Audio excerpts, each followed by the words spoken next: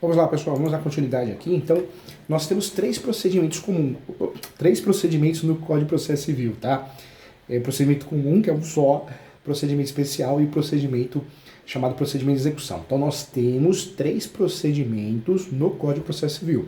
Quem advoga na área civil, no direito do consumidor, no direito imobiliário, no direito civil, direito de família, sucessões, nós só temos três procedimentos: comum, especial e o procedimento chamado procedimento de execução. Tem que ter um título executivo judicial ou um título executivo extrajudicial. Tem que saber isso, hein? É importante, é o mínimo. Tem que saber isso, tá? Então, eu lembro uma vez, atuando em parceria com um advogado, eu lembro que o advogado falou assim para mim: nossa, doutor Júlio, tem juiz que é esquisito, né? Tem juiz que marca audiência, tem juiz que não marca audiência. E aí eu me liguei naquela época, o antigo Código de Processo Civil, não era o atual, que o colega esqueceu que tem procedimento. Tinha procedimento que tinha audiência, tinha procedimento que não tem. Naquela ocasião, o procedimento comum tinha uma subdivisão, ordinário e sumário. Então, cuidado, né? Nós temos que saber o que estamos fazendo, aonde podemos chegar, até onde podemos ir. E precisamos conhecer, de fato, os temas, né?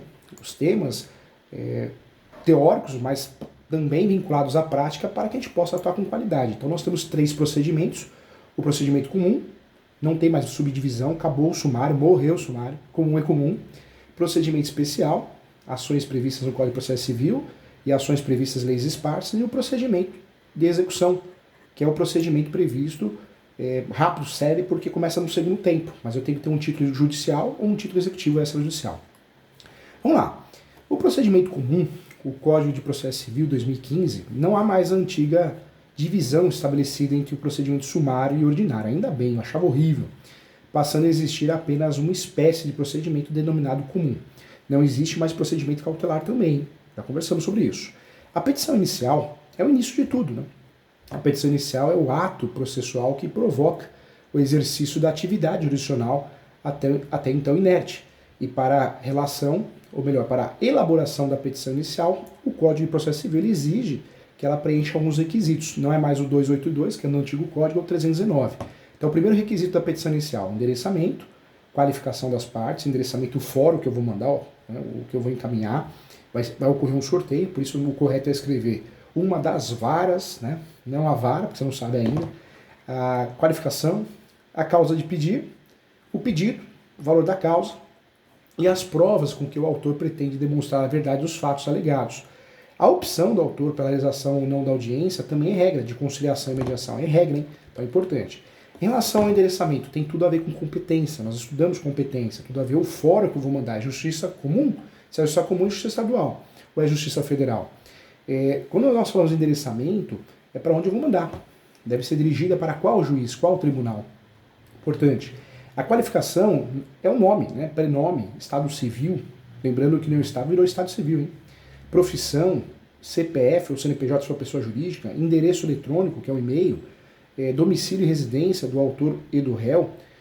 Caso não disponha das informações ora citadas, poderá o autor, na petição, requerer ao juiz diligências necessárias para a sua obtenção.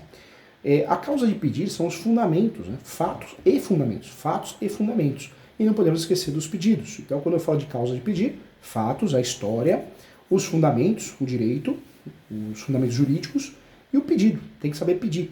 Lembrando que tem que ser líquido e certo o pedido, né? Eu quero dano moral, tá, mas você quer quanto? Eu quero que seja condenado a dano material, tá, mas quanto você quer? Então cuidado com isso, hein? Ponto importante que leva muita gente a emendar a inicial, muito advogado tem que emendar a inicial porque pediu errado, pediu mal. Cuidado. Em relação ao valor da causa, nós temos o artigo 292, né? O juiz ele corrigirá o valor da causa de ofício ou por arbitramento, o valor da causa quando verificar que não corresponde ao conteúdo patrimonial em discussão, né? Ou o proveito econômico perseguido pelo autor. Em caso, ele procederá o recolhimento das custas, sempre com base no valor da causa. Isso aparece no 292. Então, por isso o valor da causa é tão importante, porque conforme o valor da causa que eu uso, tenho que usar o correto, não o que eu quero. Artigo 292, eu vou recolher custas, se não tiver justiça gratuita, ou melhor, se ela não for definida, eu vou recolher custas com base no valor da causa. Em relação às provas com que o autor pretende demonstrar a verdade dos fatos, os fatos alegados, se não houver a indicação das provas que o autor pretende produzir, pode ocorrer a preclusão, precisa tomar cuidado. Provas orais eu apresento aonde? Na audiência de instrução e julgamento, provas orais. testemunhas e depoimento pessoal das partes e prova documental junto aos autos, né, inicial, a contestação. A opção do autor pela audiência de conciliação, né, pela realização ou não de audiência de conciliação e mediação, caso o autor não tenha interesse, deverá se manifestar expressamente na petição inicial. Tá? Outro ponto também, além dos requisitos acima destacados, a petição inicial deverá ser instruída com os documentos indispensáveis à propositura da ação. É muito importante tomar cuidado, documento ilegível, né, documento ponta-cabeça, contrato faltando página, isso é muito ruim, né? Então, muito cuidado. Se o juiz verificar que a petição inicial não preenche os requisitos necessários, não contém também documentos indispensáveis para a propositura da ação, eu chamo de prova conexa, prova que eu tenho que juntar, vou pedir divórcio, tenho que juntar certidão de casamento, vou pedir pensão alimentícia, tenho que juntar prova de filiação, são documentos obrigatórios, a rescisão de um contrato, tenho que juntar o contrato, a não ser que é verbal, eu tenho que justificar, falar que ele é verbal. Então é importante. Caso não preencha os requisitos necessários, então também não contém os documentos dispensáveis para a sua propositura, apresenta defeitos e irregularidades capazes de dificultar o julgamento de mérito. E aí o juiz vai determinará que o autor, no prazo de 15 dias, emende, né, ou complete, indicando com a precisão que tem que ser com os requisitos, deve corrigir e completar, tá bom? Então é importante. Eu quero destacar ainda que na petição inicial poderá ser indeferida, tá? A petição inicial, quando eu faço o protocolo, a distribuição, ela poderá ser indeferida quando contiver alguns vícios previstos no artigo 330 do Código de Processo Civil. Então, muita atenção, tem que saber disso. Os vícios da petição inicial, inepta, considera-se inepta a petição inicial quando lhe faltar pedido ou causa de pedir, ou ainda o pedido for indeterminado, ressalvadas hipóteses legais em que se permite o pedido genérico, e ainda da narração dos fatos não decorrer, logicamente, a conclusão e contiver pedidos incompatíveis entre si. A petição também poderá ser indeferida quando a parte for manifestadamente legítima, e parte legítima nada mais é que aquela que é titular da relação. A legítima é titular, a ilegítima não é titular. Então a parte legítima é a titular da relação jurídica material controversa, salvo nos casos em que permite a legitimidade extraordinária. Outro ponto que faz com que a petição seja indeferida é o autor carecer de interesse processual. E interesse processual é composto pelo binômio, necessidade e utilidade, não é só na ação de alimentos, mas em qualquer ação. Outro ponto também que faz a petição ser indeferida, quando a petição não atinge, né, não atende, não são atendidos as prescrições do artigo 106 e também 321, de acordo com o previsto no artigo 106, quando postular em causa própria, pode o advogado atuar em causa própria, pode, não existe mais receio em relação a isso, incumbe ao advogado declarar na petição inicial ou na contestação o endereço e o número de inscrição da Ordem dos Advogados do Brasil e o nome da sociedade de advogados da qual participa, se participa, para o recebimento de intimações, e se o advogado cumprir as exigências, o juiz ordenará que se supra, né, a omissão no prazo de 5 dias antes de determinar a citação do réu sob pena de deferimento da petição. Tá? Detalhe importante também, já o artigo 321 do Código de Processo Civil determina que se o juiz verificar que a petição inicial não preenche os requisitos necessários, não contém os documentos indispensáveis, né, para a propositura da ação, ou apresenta defeitos e irregularidades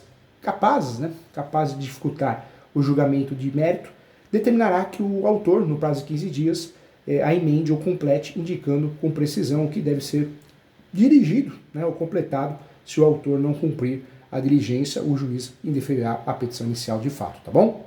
Legal. Eu trago para você, então, o estudo da petição inicial, mas nós vamos dar continuidade aqui, e o próximo tema vamos falar sobre a improcedência liminar do pedido, mas eu quero tratar isso num outro bloco, para ficar bem mais didático, para você refletir e pensar sobre a petição inicial. Existem vários projetos de petição inicial, PET 10, que não deve ultrapassar 10 folhas, e hoje o processo é digital, então é importante que você trabalhe muito bem com fotos, documentos, imagens, saiba trabalhar com formatação, isso ajuda muito no cenário prático também, tá bom? Legal. Para a prova de concurso público, a petição inicial sempre é um tema que cai, principalmente esses vícios da petição inicial, né? Então, o artigo 221 é regra, né? 221 e 106 é regra, sempre cai, então também merece atenção.